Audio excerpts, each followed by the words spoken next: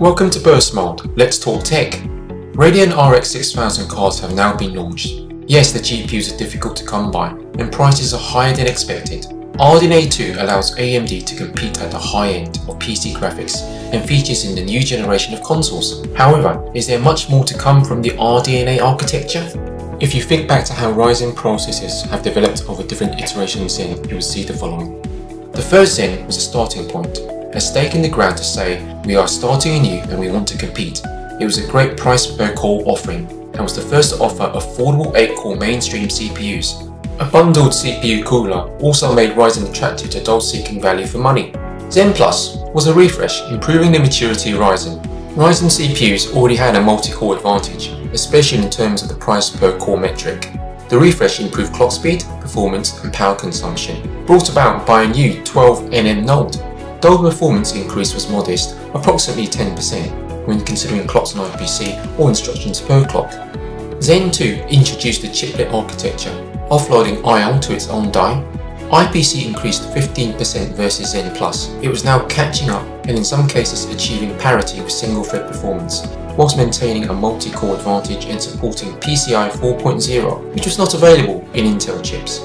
Zen 3 further improved the chiplet architecture by introducing a larger 8-core CCX or core complex.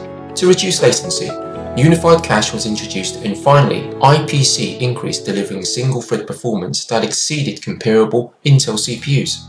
Adding to the multi-core advantage, the single-thread performance finally made Ryzen the de facto CPU product for both creators and gamers alike. RDNA 2 iterates on a number of areas like rasterization performance, while adding DirectX Ultimate features like variable rate shading, ray tracing and mesh shaders.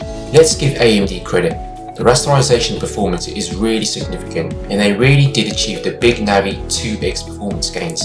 It falls short in terms of ray tracing in 4K performance when compared to the NVIDIA RTX 30 series cards. A rasterization performance at lower resolutions like 1080p and 1440p perform equally or better than cards from NVIDIA.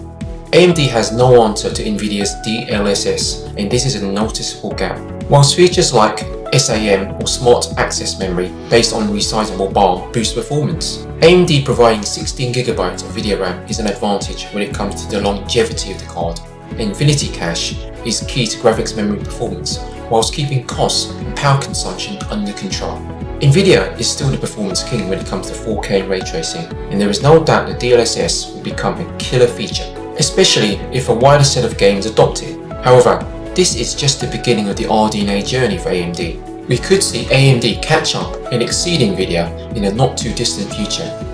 In my opinion, this is what we could see in RDNA 3 and beyond, and how NVIDIA could mature their graphics products. Having RDNA 2 used in consoles will only mature game support for Radeon graphics cards. Support on consoles for AMD's ray tracing technology could also improve matters for PC versus NVIDIA's solutions.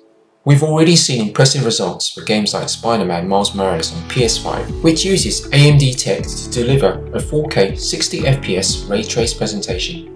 AMD will double down on features such as Smart Access Memory and Smart Shift. It just makes sense for AMD to follow this path.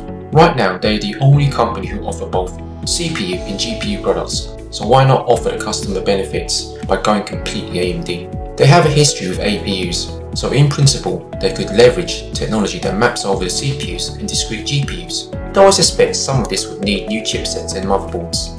RX 6000 graphics cards are already close to the NVIDIA 30 series in performance. However, I see the RDNA architecture continue to increase performance at an impressive rate.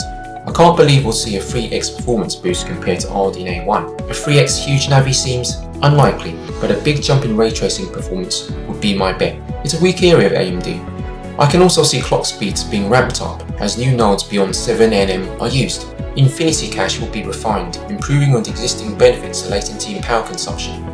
Geometry performance will get a big uplift, with improved primitive shaders or a new geometry engine allowing for fine-grained control.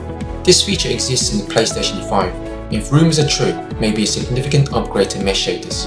Finally, AMD will bring out an alternative to NVIDIA's DLSS, however I'm not convinced they will take a similar route to NVIDIA. I see some form of non-AI upscaling used with AMD's Contrast Adaptive Sharpening, CAS. In this area, we may get some clues from the Xbox Series X and PlayStation 5 to how upscaling might work with RDNA. AMD's RDNA architecture is now providing much needed competition in the GPU market. However, no one should look at this as mission complete. Ryzen CPUs had a consistent and in many cases impressive jump gen to gen, which culminated in Zen 3 Ryzen 5000 chips leading in every area. The same philosophies are being applied to RDNA, and I fully expect AMD's GPUs to lead even if short-lived. No one should expect Nvidia to roll over. In my humble opinion, in no way are they on the back foot because of RDNA 2. Nvidia want to stay top. But why did I call RDNA 2 a Zen Plus moment? Why not Zen 2? Simply put, it doesn't win in enough areas. 16GB is the right amount of memory for a 4K next-gen ready GPU. Rasterization performance on 1080p and 1440p is a match for the RTX 30 series. However, it does lag behind in 4K and ray tracing performance, and the lack of a DLSS alternative will be a problem if not addressed. This makes me feel very excited at the prospect of RDNA 3, and if AMD's GPU group matches the success of its CPU group, something special could be on the horizon. Guys, that's the end of the video. I hope you enjoyed it. Please like and subscribe if you want to support the channel, and comment if you have a view. Until next time, have a stellar day!